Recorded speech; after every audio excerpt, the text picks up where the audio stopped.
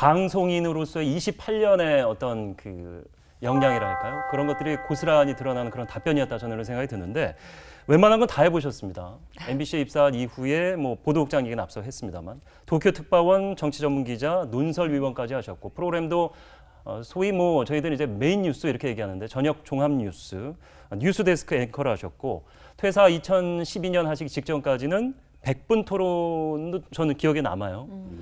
가장 본인이 이제 그런 주요 업무들을 오가시면서 뜻깊었던 에피소드나 이 일은 정말 나한테 맞는다 뭐 이런 느낌을 받았던 일이 있었을까요?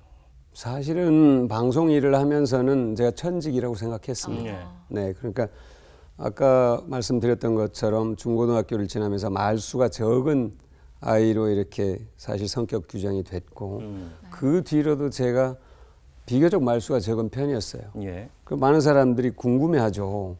어떻게 방송 기자가 말을 안 하면서 할 수가 있죠? 그러니까 제가 아니 그건 딱 방송할 때만 꼭 필요한 말만 하는 겁니다. 이렇게 얘기를 했는데 저는 방송 기자가 상당히 저에게 맞았던 것 같아요.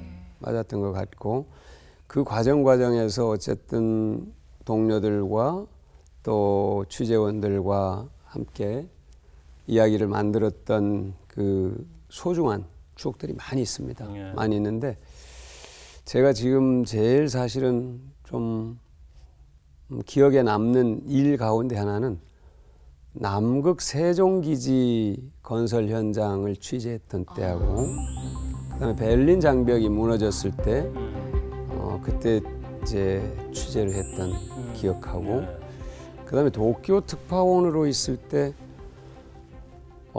제가 97년부터 2000년까지 있었는데 그 시기는 김대중 대통령이 97년 말에 당선이 되는 시기이고 2002년 월드컵을 공동 개최하기로 결정한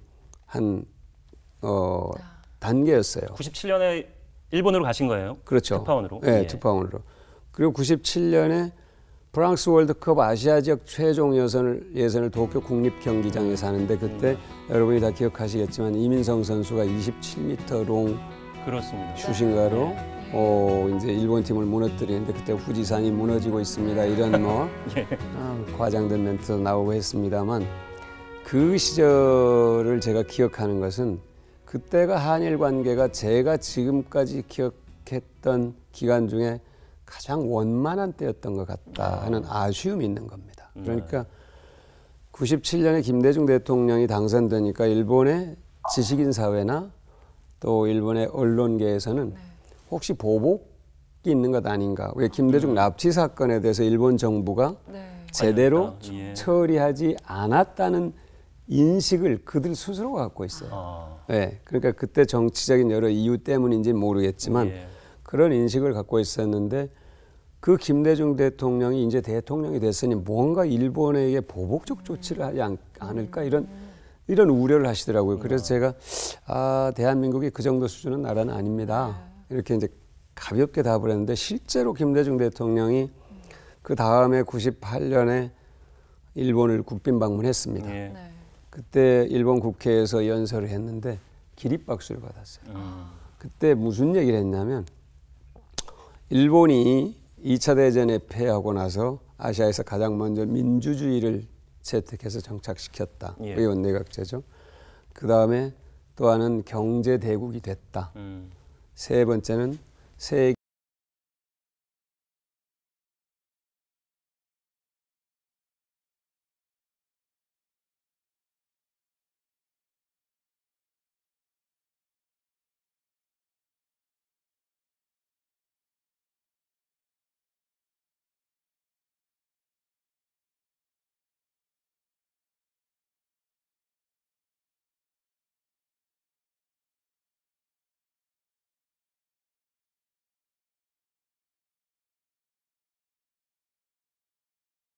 일본의 배너 타이틀 있잖아요. 일면에 전부 다 그만큼 그 김대중 대통령의 연설을 인상 깊게 이제 보도를 하더라고요.